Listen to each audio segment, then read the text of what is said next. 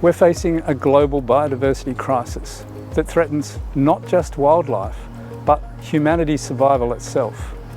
We don't know where all our threatened wildlife actually live or how many remain. If we can't count them, we can't save them. My research aims to help manage threatened wildlife and to improve forest restoration. My team and I combine cutting-edge technology, drones, thermal cameras and artificial intelligence to solve these critical data gaps.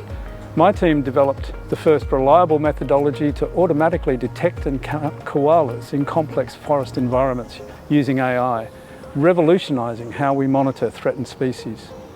We can't do this on our own.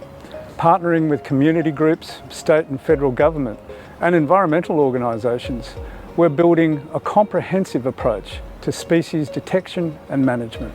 For example, with Landcare Australia, I created WildSeek, a program to help multiple community groups nationwide to fly drones and send their data to us to analyse. This means that conservation managers now have precise data to manage threatened species, and communities can target their conservation efforts where they're having the maximum impact.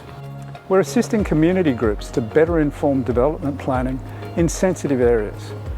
And we're working to understand how and why threatened species move and use the forests they inhabit in order to make future planning even better. We need to understand and defend the natural environment because it's the right thing to do.